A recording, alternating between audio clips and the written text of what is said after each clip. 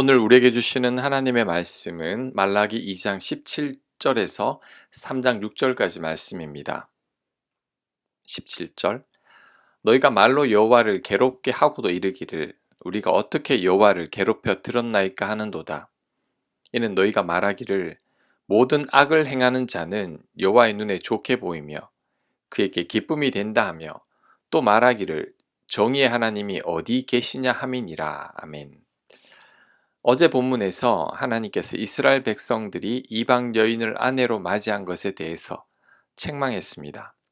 하지만 이스라엘 백성들은 이방 여인들도 하나님께서 만드신 사람들인데 왜 결혼하면 안 되냐고 따지고 들었습니다.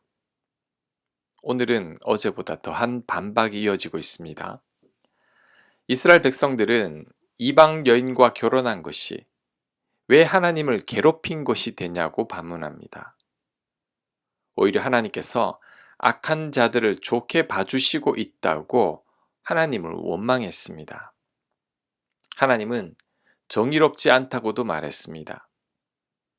정의의 하나님이 도대체 어디에 있느냐고 비꼬기까지 했습니다. 지금 이스라엘 백성들은 자신들의 악을 전혀 깨닫지 못하고 있습니다. 하나님께서 이들의 죄를 깨닫도록 말씀해 주셨음에도 불구하고 오히려 하나님을 탓하고 있죠.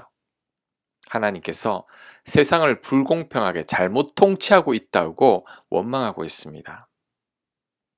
그런데 이스라엘 백성들의 이런 원망들이 오늘날 우리들의 원망과도 너무나 유사합니다.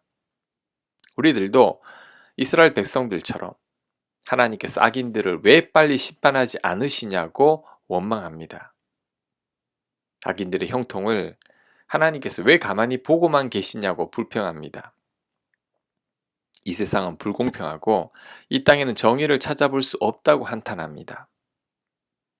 하지만 우리가 이런 불만을 쏟아내기 전에 우리 자신을 먼저 돌아봐야 합니다. 악인들의 형통에 화를 내기 전에 과연 나는 의인이고 선한 사람인지를 성찰해 봐야 합니다. 하나님은 정의롭지 않고 불공평하다고 말하기 전에 과연 나는 정의롭고 공평한지를 반성해 봐야 합니다. 이스라엘 백성들이 자신들의 죄악을 깨닫지 못하고 하나님께 불평했듯이 우리 또한 우리들의 죄악을 깨닫지 못하고 하나님을 원망할 때가 정말 많습니다. 아담의 아들 가인도 그랬습니다. 가인은 동생을 죽인 후에 동생을 찾으신 하나님께 오히려 화를 내며 자신이 동생을 지키는 자냐고 큰 소리를 쳤습니다. 요나는 니느웨를 용서하신 하나님이 사랑과 자비가 많다며 비꼬듯이 하나님께 화를 냈습니다. 요나는 복수하고 싶은 자신의 악한 마음을 깨닫지 못하고 하나님의 사랑을 원망한 거죠. 이들 모두의 공통점은 자신의 허물을 깨닫지 못하고 하나님을 원망한 것입니다.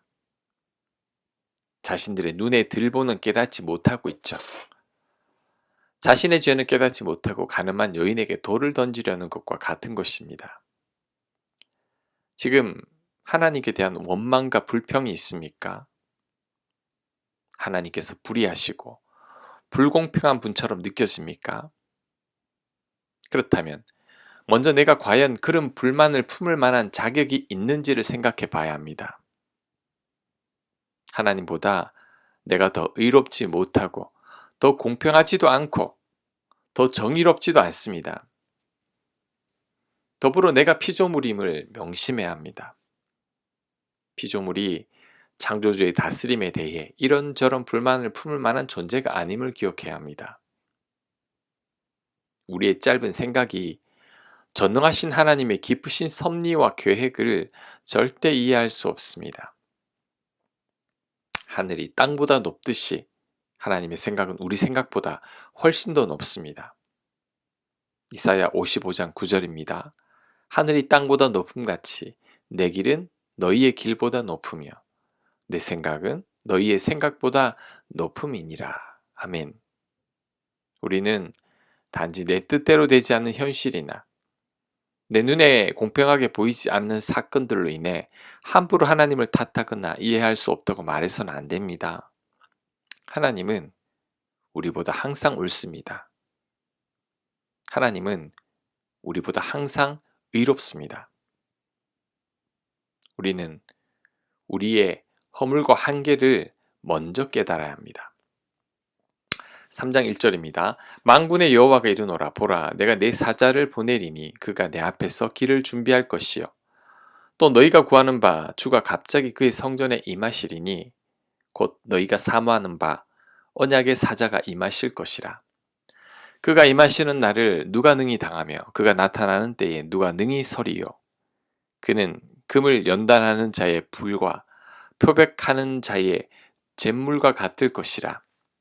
그가 은을 연단하여 깨끗하게 하는 자같이 앉아서 레위 자손을 깨끗하게 하되 금, 은같이 그들을 연단하리니 그들이 공의로운 제물을 나 여호와께 바칠 것이라.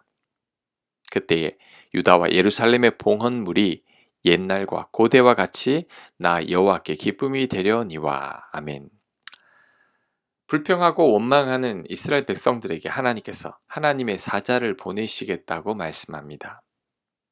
여기서 말씀하는 내 사자나 내 앞에서 길을 준비하는 자는 세례 요한을 말씀합니다. 예수님 오시기 전에 세례 요한이 먼저 나타나 예수님의 길을 준비한다고 했는데 그 말씀대로 이루어졌죠. 그 후 예수님께서 오셔서 하나님의 자녀들을 연단하시겠다고 말씀합니다. 불로 금과 은을 연단하고 잿물로 표백하듯이 이스라엘 백성들을 연단하고 단련하겠다고 말씀합니다. 그래서 깨끗한 자로 만들고 하나님께 공의로운 제물을 드리게 하겠다고 말씀합니다. 그래서 하나님의 기쁨이 되게 하시겠다고 말씀합니다. 이것은 자신의 죄를 깨닫지 못하고 하나님께 불평하고 원망하는 이스라엘 백성들을 주께서 직접 연단하고 표백하시겠다는 것입니다. 그래서 깨끗한 주의 백성들로 만드시겠다는 거죠. 자, 이것을 우리에게도 적용해야 합니다. 우리가 우리의 죄를 깨닫지 못하고 교만하여 불평과 원망만 쏟아내고 있다면 하나님께서도 분명히 우리를 연단하고 표백하실 겁니다.